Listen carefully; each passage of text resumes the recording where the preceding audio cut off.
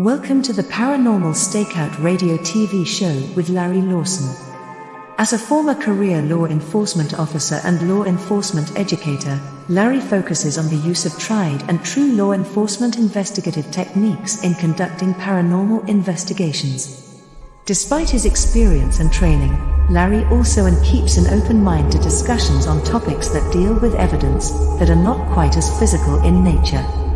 Paranormal Stakeout guests are professionals in the field of the paranormal and parapsychology, conducting the investigations and research needed to further the cause of paranormal study. Larry advocates an agenda of standardization of structure and training in the field of paranormal investigation and research for the purpose of one day being able to produce the evidence needed to convince a jury of the existence of the paranormal. Whether it is ghosts, UFOs, unsolved mysteries, hauntings or cryptids, no topic is beyond the investigative reach of Larry Lawson and the Paranormal Stakeout radio TV show team. Now, here is the host of the Paranormal Stakeout radio TV show, Larry Lawson.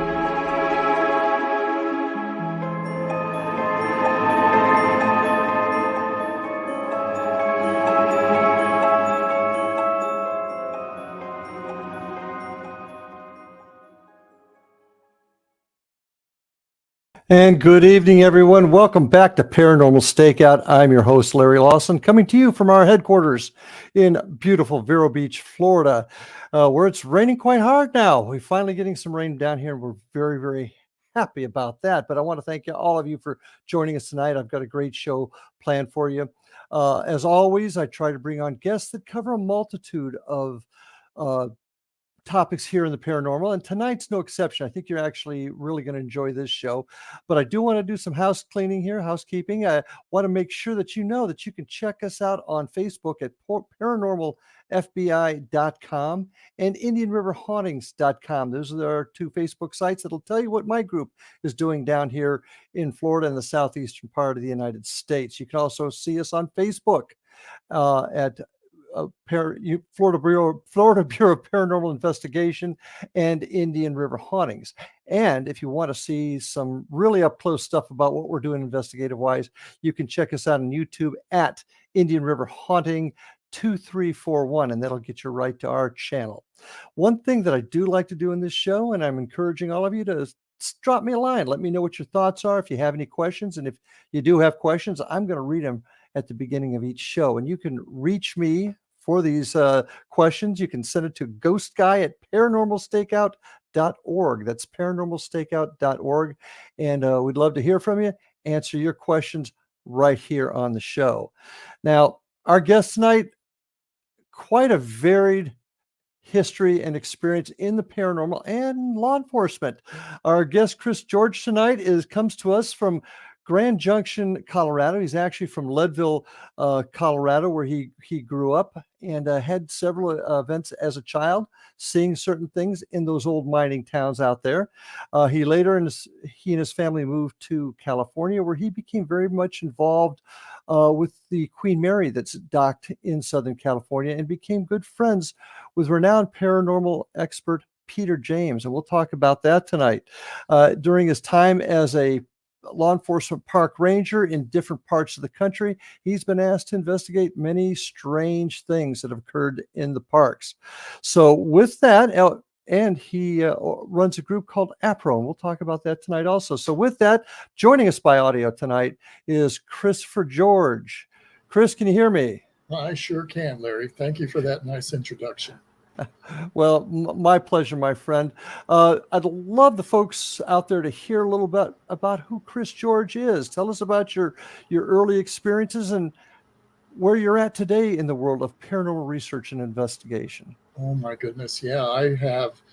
I'm 63 years old to begin with, and I would say the majority of my life has dealt with the paranormal in some form or fashion. When I was quite young, living in Leadville, which you basically said is a mining town, it was one of the largest mining communities back in the 1800s. And so there, if you ever go into that town, you'll see the remnants of the mines in the backdrop. But we lived right behind a mine, Mhm. and it was just basically the tailings that was left. But one night when I was about, oh, I'd say either 7 or 8 years old, I woke up in the middle of the night. It must have been around 2, 3 o'clock in the morning. And I saw standing in my bedroom doorway whom I thought was my father. And he was about the same kind of build and height. So I automatically thought it was he. Uh, as we, as I looked at him, I says, "Papa, what are you doing standing in my door?" And the entity, I guess you could call it almost a shadow figure because I couldn't see any detail, kind of cocked his head and didn't say anything. And I says, "Well, Daddy, why are you standing there?" And still nothing. And I even went as far as saying, "Boo, Daddy, boo." And it looked at me again, and then it turned and it walked in the direction of my parents' bedroom. The next morning, I got up and I was eating breakfast with my father. And I says, "Why were you standing at my door?" And he looked at me real oddly and said, "I wasn't standing in your door." And I said, "Yes, you were. You were standing there. You were looking at me." And he says, "Crazy kid, you were dreaming." No, I was not standing in your door. So I kind of more or less accepted it, except for the Mhm. fact 2 nights later, my friendly shadow figure showed up again, but this time with another entity. And they both stood there looking at me. And now I never felt threatened or scared at all. And I started up a conversation. Of course, they did not respond, or at least I couldn't hear them. And after a while, they turned again and walked off. Now, the funny thing is that when they turned and they walked towards my parents' bedroom, right behind there was the mine. And so years later, I kind of put two and two together and summarized the fact that, goodness gracious, it more than likely was the spirits of two dead miners. Now, But how old were you when this happened? I was about 7 or 8 years old at Okay. the time. And even during that period, one other time I woke up and there was a strange blue light coming from the front of the house. And I could see it, and it kind of pulsated. And so I got up, being the inquisitive child that I was, and it was pretty much the dead of winter. And our house had three large panes up in the front, and you kind of look down onto the street. And so, if you've ever put your head against a very cold uh, window pane, you get that really cold shock. And Mhm. I remember doing that distinctively. And I looked down, and I thought I was looking at a huge owl staring up at me. I just remember the big eyes. And then as I noticed it, I just went dark. And the next morning, I woke up in my bed. So Mhm. I often wonder if I didn't have an abduction case. And I haven't had any since, at least that I know of. But the whatever this was definitely huge. Well, huge, more larger than a regular owl. Right. And the sky was kind of that eerie blue look to it. And the and I knew it wasn't a dream because of the window pane. That window pane kind of reinforced the whole experience because it was Well, so cold. did you think at the time that you were looking at some other entity, or when did you realize it wasn't an owl? Probably a few years later, after I started watching some of the UFO shows, and it Mhm. was the eyes that kind of sparked it. And to this day, if I look at a rendering or a picture of an alleged alien, those eyes draw me back to that moment. They Mhm. almost look through you, and it was a very very eerie experience. A lot of things happened to me as a child. I even saw Bigfoot at that point, and I think I was about 9 years old Mhm. at that point. It was just before we moved to California, and we were at what they called Half Moon Campground. and it sits at the base of Mount Massive, and I got mad at my folks for something. We were camping and somebody said something, I don't even remember what it is, but I got mad and I stormed off. And this was about getting towards twilight, and there was a stream that was just down from the campground. And being a kid, I'm mumbling to myself and cussing my folks and my family and so on, and I'm throwing rocks into the stream. Now the stream probably was about I'd say about 10 feet across, so it wasn't really all that big. And I heard this commotion coming through the trees. I heard the branches moving and a crunching sound, and I didn't really pay much attention to it. And then finally I got this overwhelming impulse to look across, and they're standing, and it was one of those situations where you start at the feet and you just keep looking up and up and up and up and up, and here was this Bigfoot. Now I thought it was a monkey, and I just kind of was laughing and everything, and it was making kind of a guttural noise, but again, I didn't feel threatened by it. In fact, it seemed very peaceful. And it just kept looking at me. It squatted down to where it could look across and see me at my level. And I just started asking questions to see if it would respond. And then finally it got up and walked off. And then I went to the Queen Mary, and Long Beach, California. And that's a whole different story. But so as a child, what you're saying is you've actually had experience on all three basic facets of the paranormal world: Bigfoot, UFOs, and ghosts. Yeah, absolutely. How do you explain, especially at that young age? I mean, this is an unusual story. I think you'll agree, even amongst researchers. You had all three. Right. Do you have thoughts on why that occurred? I think certain people are chosen. And by that, what I mean is not that we're any more special than anybody else, but we're tuned in more with, and probably we sent off a certain vibration, or basically our maybe our energy is more compatible and draws them in. Something is doing that. And that's one of the reasons that I became so fascinated with the paranormal, because the more I looked at it, the more I started realizing, hey, this is not a normal childhood. You know, I'm seeing spirits, I'm seeing possible aliens, I'm seeing cryptids, and it all kind of gelled. And I thought, well, I'll just keep going with it. Well, we're getting ready to come up on our first break, so I don't want to get too deep in this. So what you're suggesting is there's actually a connection between all these three entities. And yes, in the next 10, 15 seconds, what do you think that connection would be? How do you think they're connected? I think that, again, if we want to call it spirit energy, if we want to call it just physical energy, something is at a different level than an average person. Okay. Well, when we get back after this break, we're going to delve into that a little bit further. So folks, stay with us. Paranormal Stakeout with my guest tonight, Chris George. See you after these messages.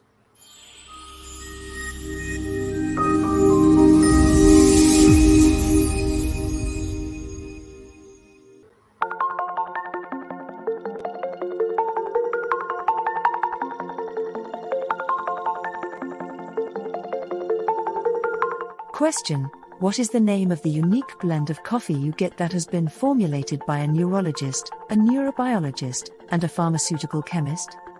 Answer: you get Beautiful Mind Coffee, a unique coffee blend that tastes great and has herbal ingredients that your brain will love, and it is not just coffee, it's brainalicious.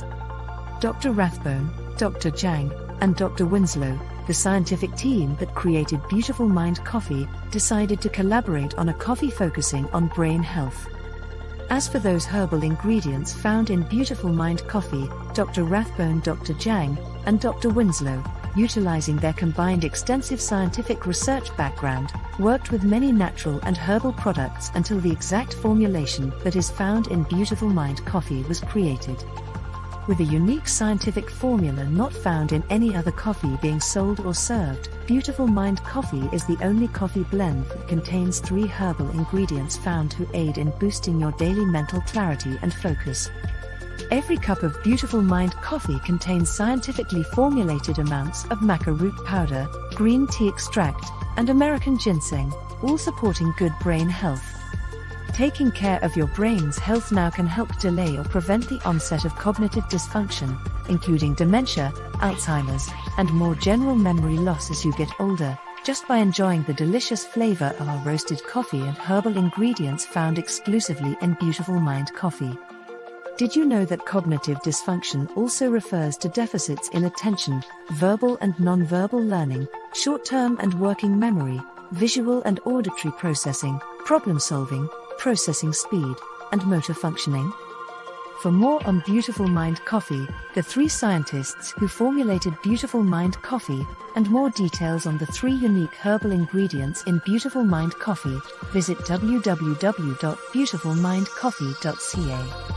Beautiful Mind coffee is now available online at amazon.ca and amazon.com. To order Beautiful Mind coffee, visit www.beautifulmindcoffee.ca today.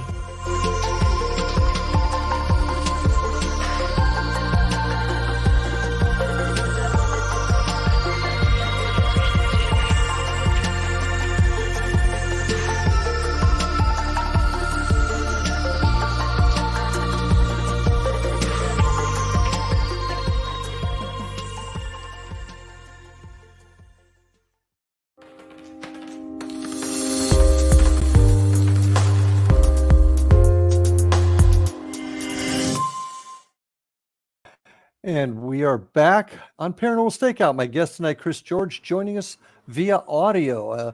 Chris, just before the break, we were having a very intriguing conversation because you're probably the only person that I know that before adulthood actually had contact with 3 of the foundational issues in the paranormal world: cryptids, UFOs, and ghosts. And I find that fascinating.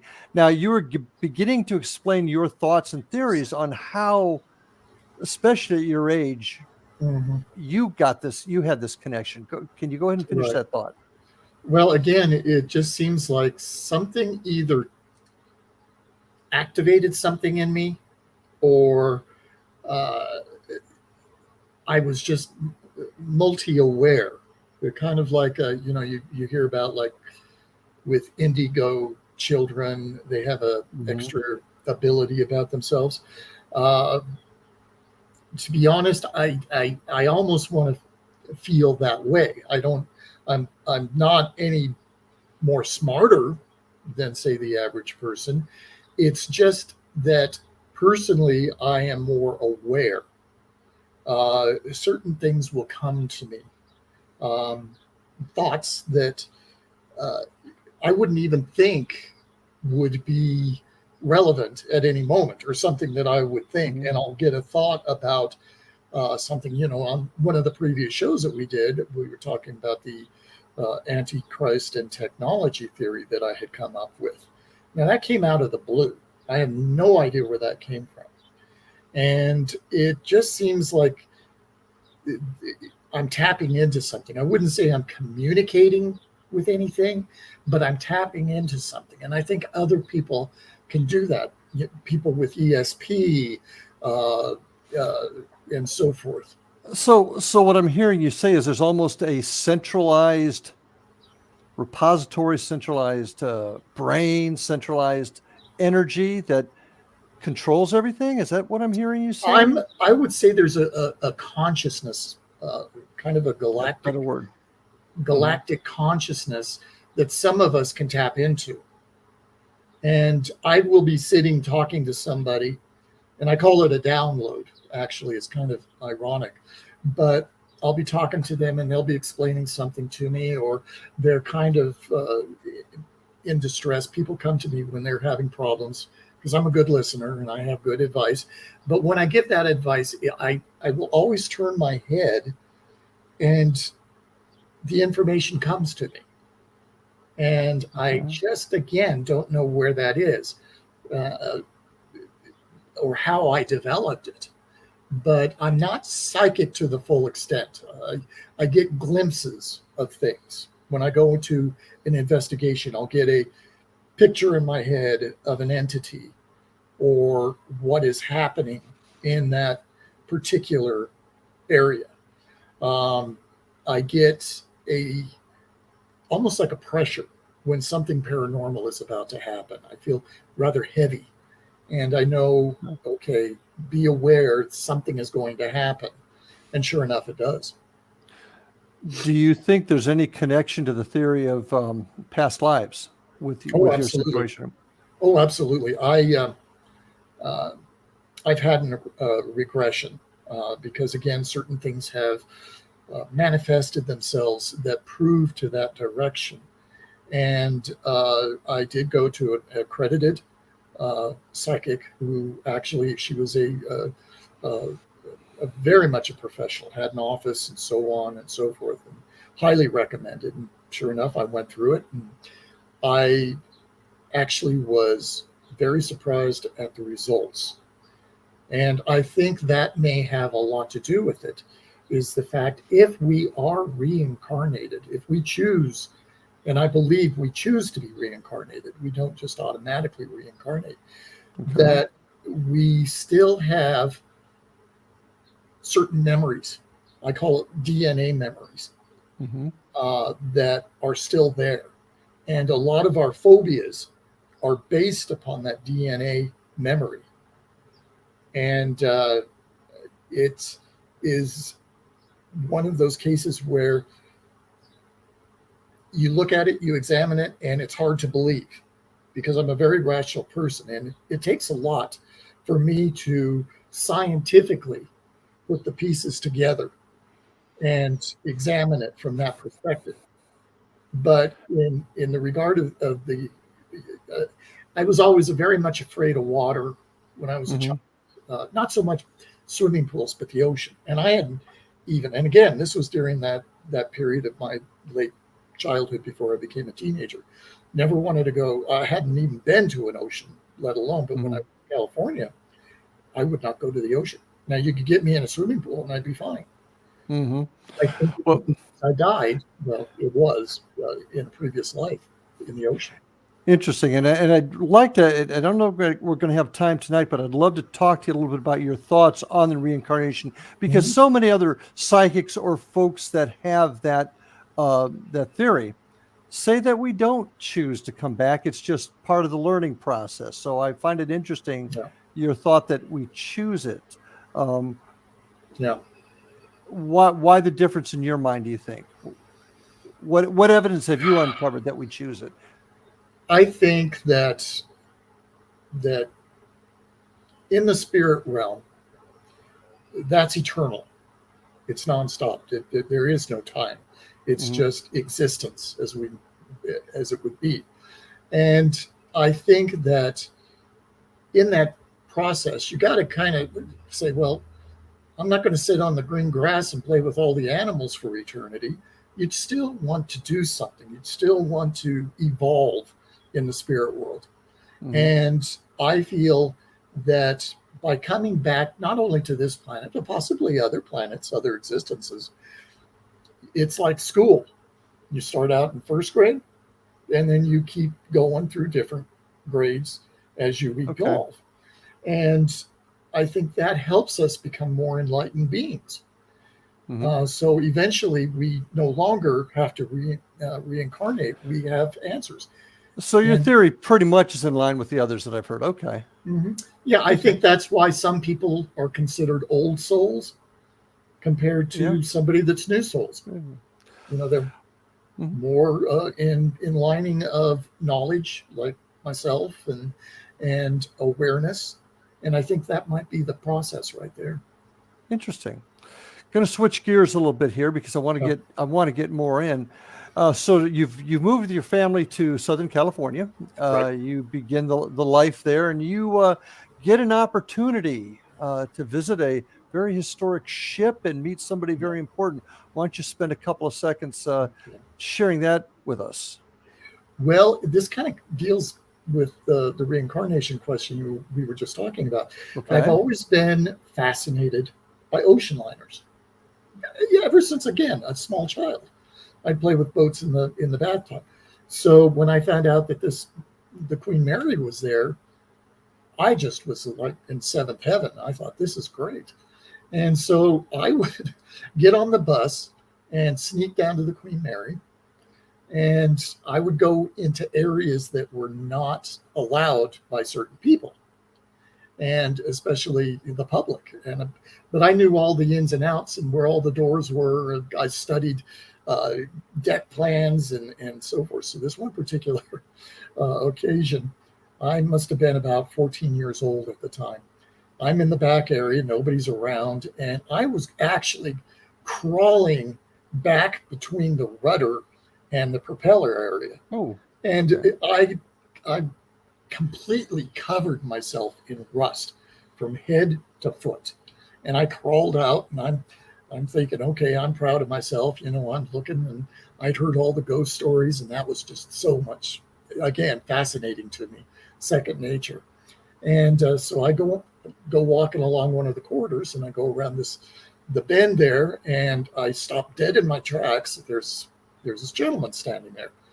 He looks at me, I look at him, and he says, "What what are you doing here?" And I looked at him, and I says, "Well, what are you doing here?" And he looks at me again and smiles, and he says, "I asked you first." And I says, very sheepishly, I says, "Well, I'm ghost hunting." And this big grin comes on his face, and he said, "So am I." And he started asking me some questions, and that was the beginning of a very special relationship that I had with Peter James. And he was always known. He always had this white hair, but this very, very black mustache. Hmm. And I didn't know who he was, but he had begun investigating the Queen Mary for various shows on TV and so on. But he allowed me to tag along with him. Every time he'd go to the Queen Mary, he'd pick me up and take me down, and we'd go investigate together. And then I would help him with his tours later on. And, he just was this really, really endearing man. Yeah, and he became well known for a lot of the disembodied voices as well as Yes, EVPs. And what show he was featured on one television show in right. particular? Well, which one was that? That was sightings. That was back in the With Leonard 70s. Nimoy. With Leonard Nimoy. No, no, actually, that was In Search Of with Oh, Leonard Nimoy. correct. But the only two shows, well, three shows that were on TV at that time was In Search Of, Hmm. um, then Sightings, and then the one with Robert Stack, Unsolved Mysteries. Yeah. So those were the three that started, and that was when the paranormal was not what it is today. I mean, Yep. you very seldom even spoke about it because people thought you were nuts. And but Peter really just educated me a lot of stuff, and I was witness to Jackie. I heard her just as clear as day calling out to him. That was the little girl in the That pool, was right? that was the little girl in the pool. In fact, I Yeah. actually videotaped her one time years later when I was with my son on the Queen Mary, and I was walking down the hallway. Now there was nobody there, and Mhm. the ship was almost completely empty. I hadn't seen anybody all night long, and I'm filming along, and I see it later on upon review of the video. I see this little girl down at the end of the hallway, Wow. and she starts coming towards me. But the thing was, she didn't have any legs. Oh, And so I automatically realized this must be Jackie coming down to say interesting. hello because she probably remembered me when I was with Peter. And Fascinating. yeah, so I mean, it really, really surprised me. But I had many images of spirits that I did not see as I was filming. It was later on. We're getting ready to take our second break. Fascinating stuff and great story with Peter James. So when we come back, I want to hear about you and your career. So folks, stay with us. This is Paranormal Stakeout. My guest tonight, Chris George. So we'll see you right after these messages.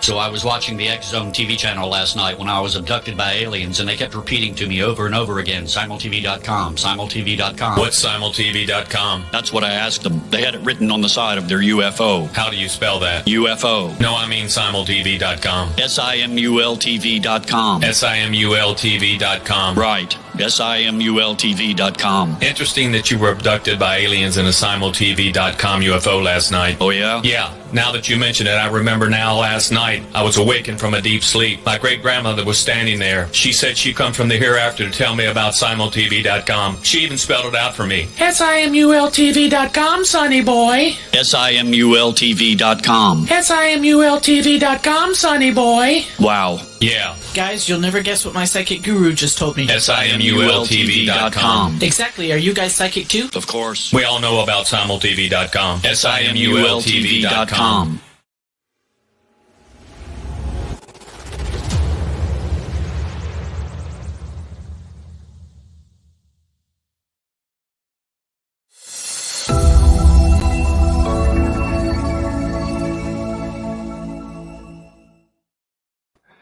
And we are back for this section of Paranormal Stakeout, back with Chris George joining us by audio.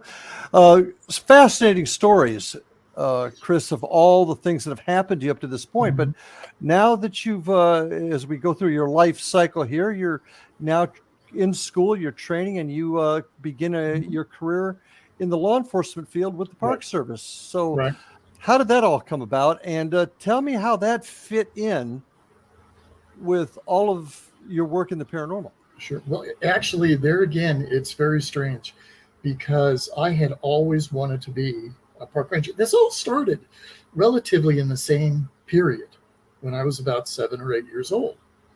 And I had gone to a campground at the same location where I saw the Bigfoot. And it was a campfire talk by a ranger. Now, I didn't even know what it was. And so it was dusk.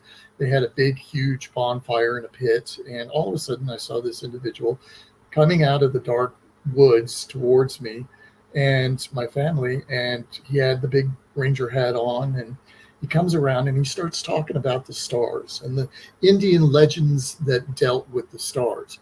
I was captivated at that point. I thought, this is really cool. At that moment, I knew that's what I wanted to be. And so I moved to California. My poor dad, he always says, Chris, there's no way you can be a park ranger in a major city like Los Angeles. And that just made me angry. I thought, I'm going to show you. I'm going to definitely do it.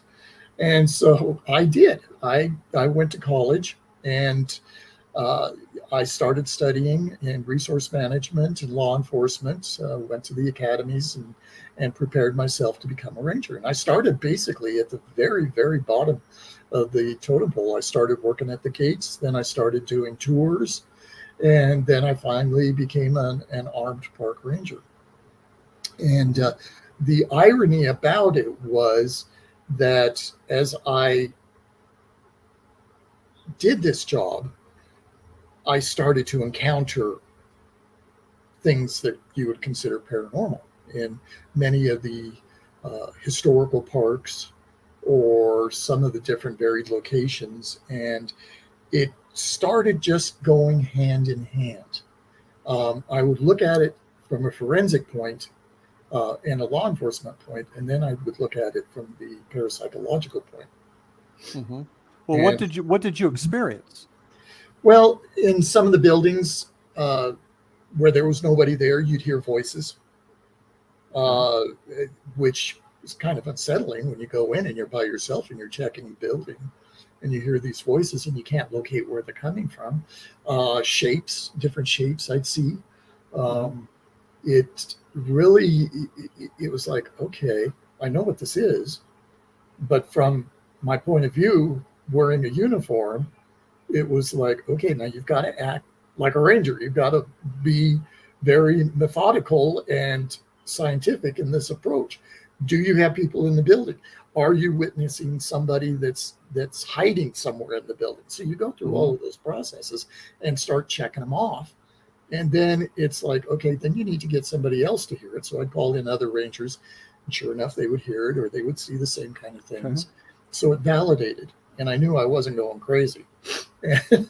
So it really started to spark that. And so every place I was stationed, I started working in city parks, went to state parks, and then I went to the federal parks. And I spent quite a bit of time in the federal parks. And there, they had learned that I was interested in the paranormal. And it didn't even faze them. And Really? Yeah, no, because at that point they had witnessed something going on in their parks that they couldn't understand. Now, they had heard about me going to UCLA when I was in college. And at that time, there was a paranormal department, which is no longer there. But it was, the instructors were an individual by the name of Carrie Gaynor and Dr. Thelma Moss. And they were involved in the entity case.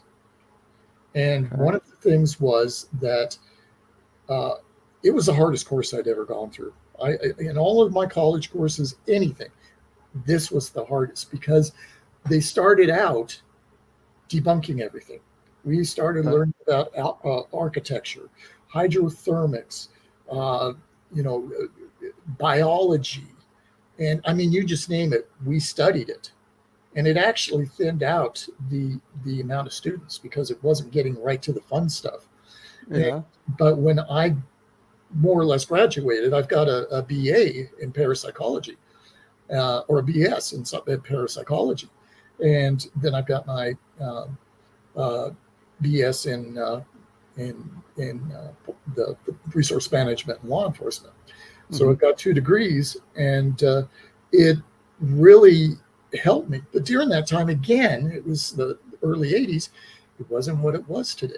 And the department was actually closed after a while after I had graduated. And because the board of trustees felt it was a bad impression to have something like that because it was wacko science. And so they went ahead and eliminated it. But Interesting. But I mean, they used to call us the crazy kids, the spooky kids, because they knew we were going through, spending quite a bit of time in the paranormal department. But now you've got all these individuals out there that are just absolutely enthralled in it. But getting back to the Park Service, did you have a question? No, go ahead. Okay. So I'm working in the Park Service, and especially when I got into the National Park Service, we get calls from other parks within the country. They had heard about me. And I was actually going by the pseudonym of Ranger Mulder because everybody was thinking Fox Mulder from the X-Files. Interesting. And so I was Ranger Mulder, and they really thought that was my name. And I'd show up and I said, "Hi, I'm Ranger George, Chris George." And they'd go, "Who?" I said, "Ranger Mulder." "Oh, okay." So what kind of things would they call you in to investigate, and how would they get these reports? Were these people in the park seeing it? Was it other employees? It was a mixture of everything. A lot of it dealt with the missing 411. And I'm sure many of your listeners are aware of that. That was what David Paulides started to investigate in regard to the missing people that just mysteriously disappeared in the parks.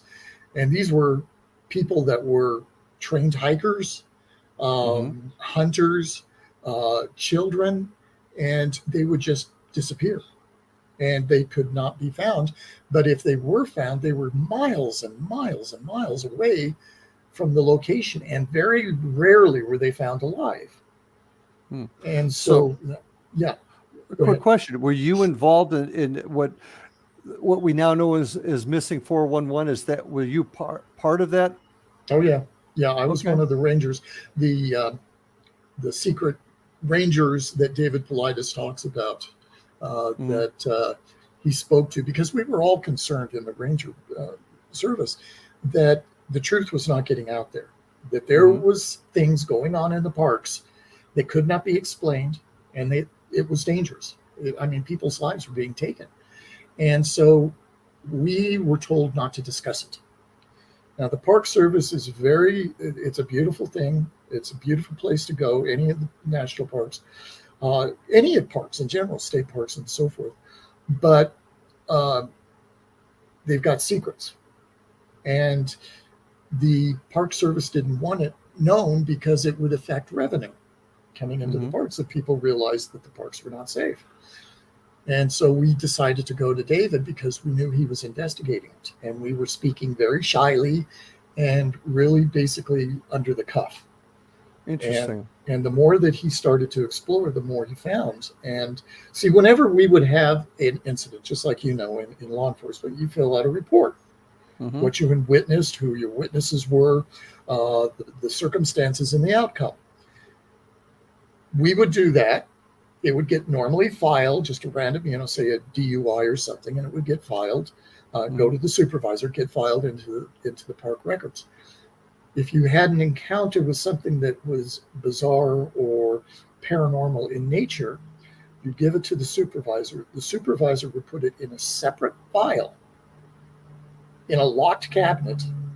Then a few days later, I call them suits, would show up and take those reports, and they disappear. You call to check up on it. There's no record. There is nothing to deal with it. Or if you had encountered something, the military would show up. Really? Oh, yes. Oh, absolutely. Well, go ahead. Tell me in a couple minutes here, craziest incident that you investigated in the Park Service. Oh God, we'd have to have 10 episodes for that. One that really stands out is I was in backcountry up at Yosemite with another ranger. We were on horseback, and we always go back, just make sure hikers and everything are okay, the environment's okay, if there's any wild predators around that we should be aware of. So it's usually about a week-long tour. We went out, and there was a lake, a huge lake up there in Tuolumne Meadows. And so I told my partner, I says, let's go ahead and circumnavigate, and I'll meet you at the far end, just to make sure we got everything covered. So he agreed, and so we started out. And I get to the point where we're supposed to meet, and nothing. He's not there. And so I give him about an hour, just because I think maybe he encountered something. Well, an hour passes, and I get worried. So I try raising him on the radio, and there's no reply. So I start to backtrack, and I have no idea. Well, off in the distance, I hear this horse whinnying, and I thought, okay, that must be his horse. So I went ahead, and I thought at first he was sunbathing on a big granite boulder, because he was on his back and he was at a slight incline. And I thought, well, this is, and I yelled out to him, and no response. And I got closer, and I got up against his other horse, and the horse was very jittery. And I went up, and I looked at him, and I knew right away something was not right. And I went ahead, and I thought, God, there's something that just didn't, it made me feel odd looking at it. Yeah. And what what we're going to do is we're going to have a cliffhanger. We're going to have a cliffhanger here, folks. So stay with us. Because when we get back, I want you to finish the story. Then I want to start talking a little bit about your organization, but we want to hear the rest of the story. So we're at a cliffhanger. So stay with us, folks, as you hear what happened to Ranger George's partner. We'll be back right after these messages. Stay tuned.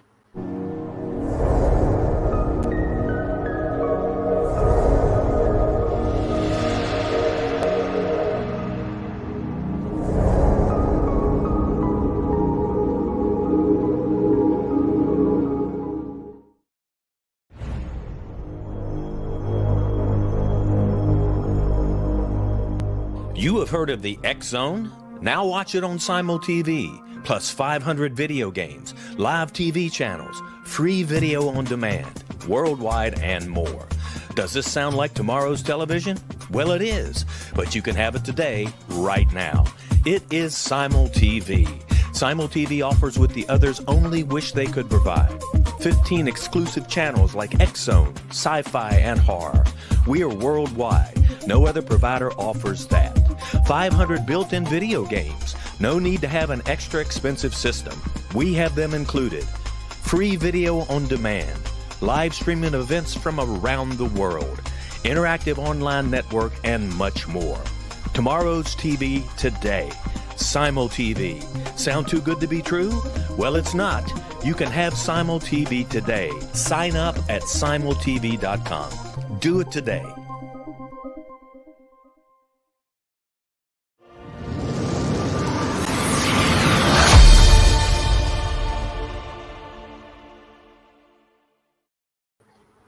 And welcome back to Paranormal Stakeout with my guest tonight, joining us via audio, Mr. Chris George, Ranger Chris George.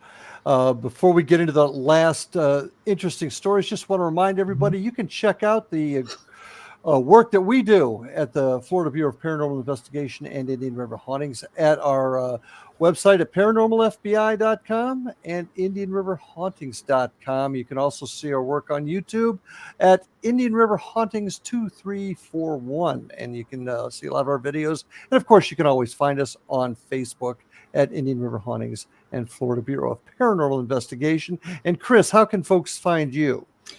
They can contact me through our organization's email, and that is Anubis, ANUBIS, Paranormal Research Org at gmail.com, all one word. Okay, terrific. Thank you. So, wow. Got to get back to the story. So you're on a horseback, you and your partner out in the middle of nowhere. Yep. And you don't hear from him for a while, but your horse, you go check it out and take it from there. And when I was getting off the horse, one of the things that I did notice was that there was this very, very low hum. And I didn't know what it was, but it kind of made you nervous. And that's what was happening to the horses, I think, was whatever this vibrational hum was, it was affecting us. And so I went ahead and I looked at my partner and I thought, yeah, there's, again, something not right. And I went up to him and I thought, I'm going to check his pulse. And I picked up his arm to check his pulse, and it was just like rubber. It just flopped in my hand, and I went for to try to turn his head towards me, and it just slopped over.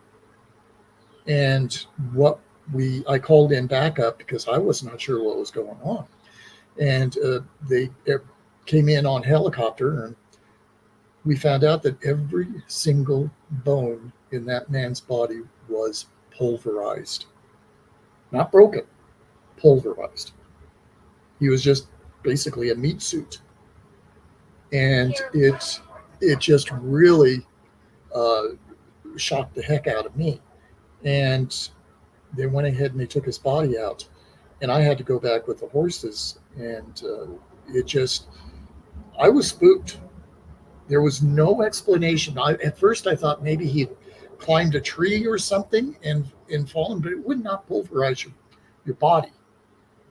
And I mean, right down to the smallest digit, it was just powder.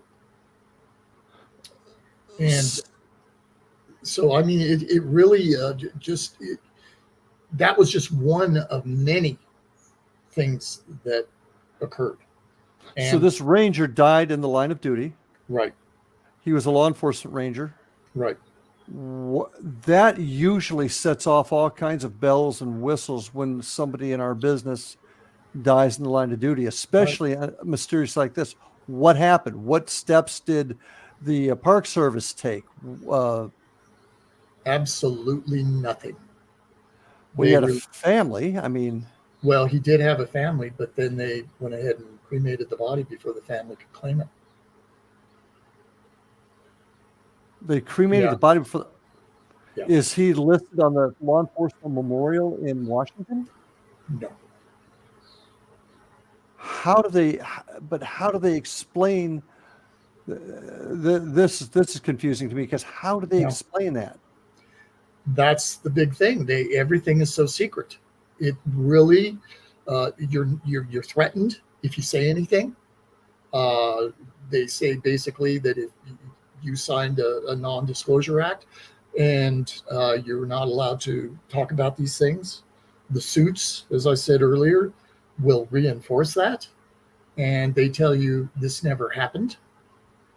And you go, okay. That's why when David Paulides was checking into it, we had to be really, really cautious, because we were literally afraid not only for ourselves, but for our family. We knew that there was some horrible critters in Washington that was trying to cover this stuff up. But what year did this happen? This was back in about the mid-90s. Can you tell us what park this occurred in? Yeah, Yosemite. Interesting. Yosemite. And a lot of incidents have occurred at Yosemite. I mean, like I said, I could tell you volumes, because then that's when they realized that they had activities going on that they could not explain. So who could?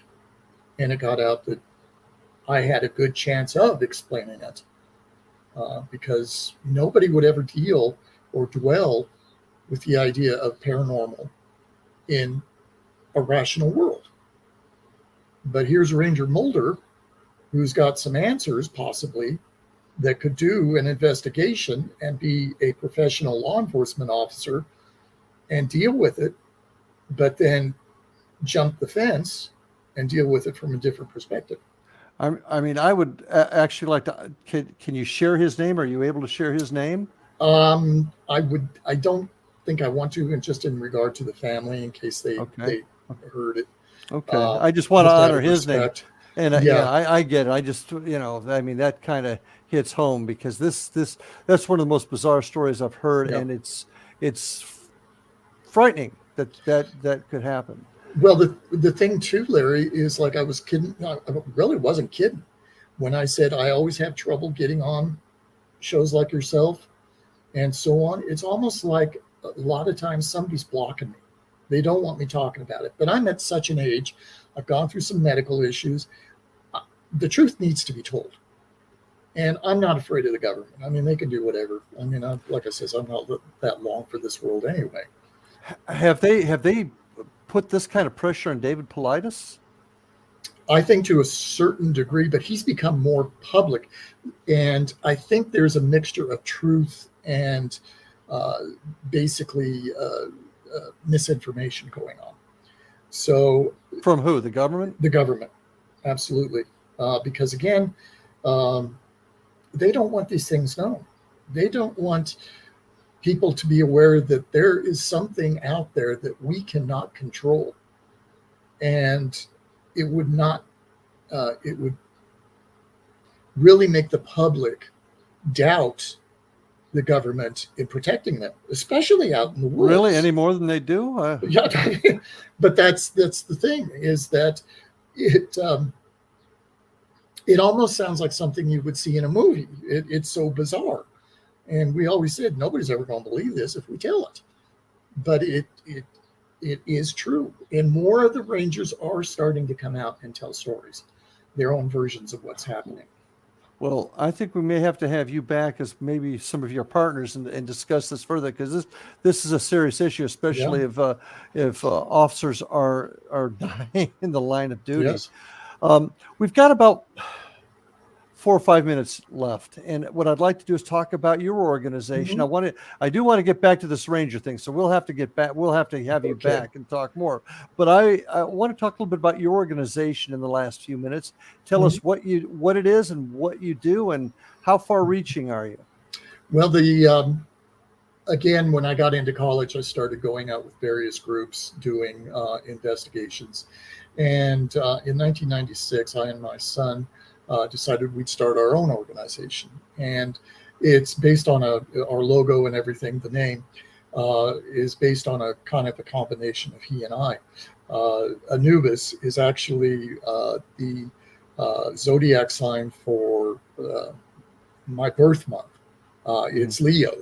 And in the sky, the Egyptians looked at the constellation Leo as Anubis. And so I kind of used that as my area. And then the moon that sits behind it is his. He was a moon sign. But also Anubis is the guardian of the dead. And it just kind of goes hand in hand. Now, we started with being here in Colorado.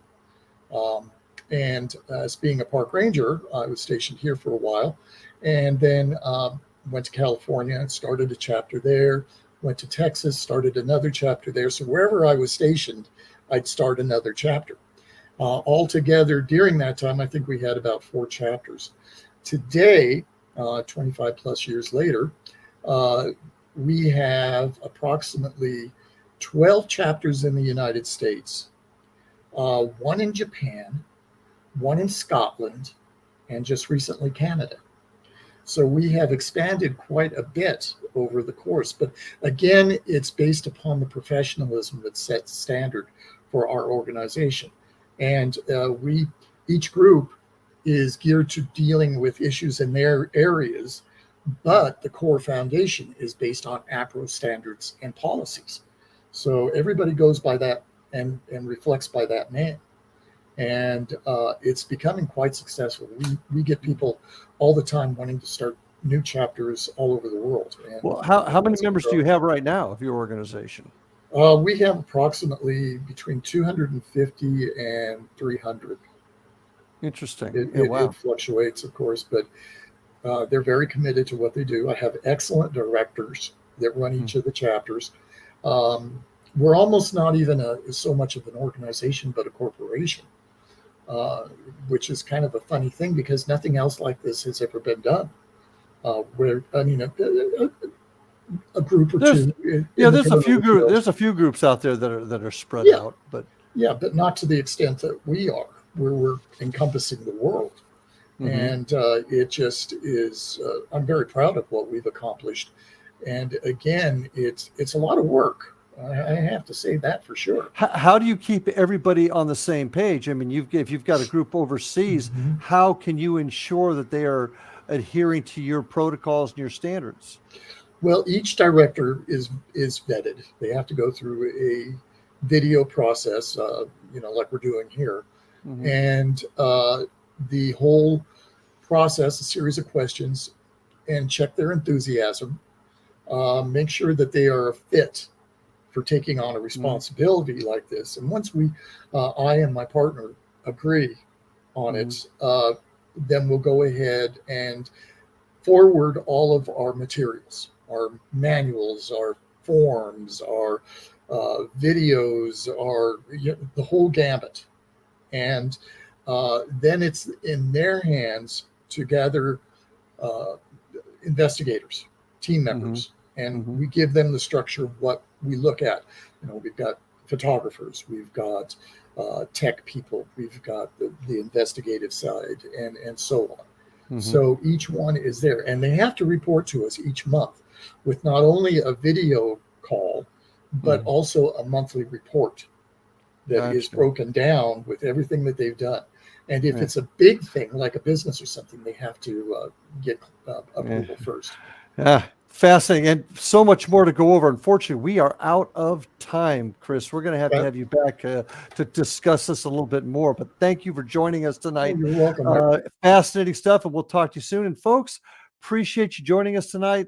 A lot of interesting stuff here. A lot of stuff that we need to uncover more of. So stay with us, and for future shows, appreciate you being here. Please stay safe, love your family, and we'll see you on the other side. Have a good night.